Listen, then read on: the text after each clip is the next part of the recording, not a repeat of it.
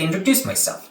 My name is Matthew. I have autism, and I'd like to welcome all of you to my new cooking channel, Cooking on the Spectrum. In celebration of Cinco de Mayo, I'm going to show all of you an easy tres leche cake. First, grab one yellow cake mix and pour it into your bowl. Make sure you get every bit of it. Now, add 3 large eggs into your large bowl. Follow up by 2/3 of a cup of milk. Then add 1/2 a cup of softened butter and 1 teaspoon of vanilla extract. Ooh, butterfingers. Now, grab your mixer and set it to low speed for 30 seconds.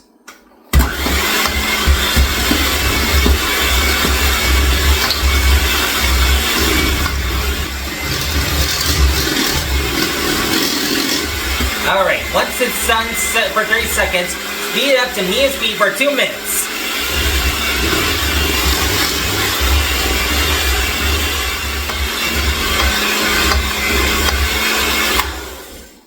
Just look at that cake mixture. Now once that's all mixed in, grab your spatula and pour it into your pre-greased 13 by 9 inch cooking pan. Once you pour your cake batter into your pan and spread it around, place it into the oven at 350 degrees for 30 to 35 minutes. Now that our cake has completely cooled off, we can now work on the tres leche part of the cake. Tres leche stands for 3 milks. So, pour in 1 can of sweetened condensed milk.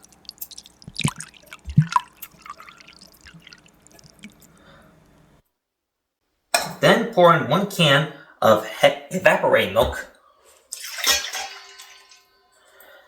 And pour in 1 cup of heavy cream and whisk together.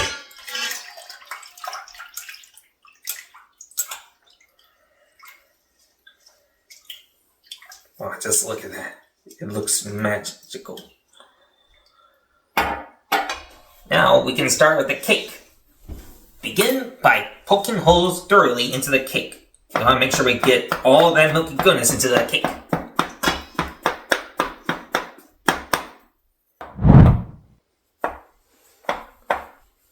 Now that there's plenty of holes in here, we can now pour in our milk mixture.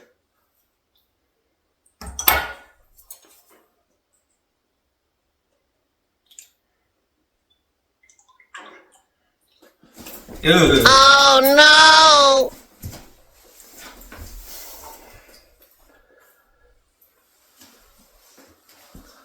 Sorry, I was laying on the side.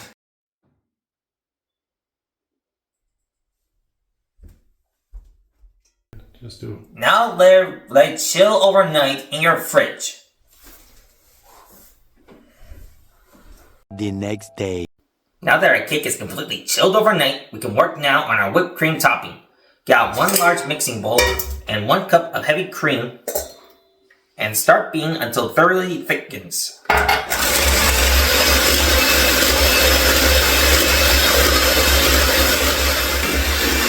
Then add 3 tablespoons of confectioners sugar and 1 teaspoon of vanilla extract and beat until peaks softly.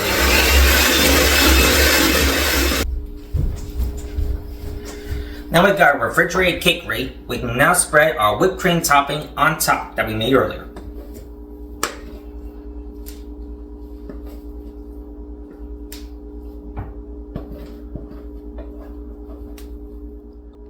Now that we spread our whipped cream topping evenly, it's time to serve. I believe that adding some fresh berries on top would make an excellent serving topping. Wow! So, I hope you enjoyed this recipe as much as I did, and have a happy Cinco de Mayo.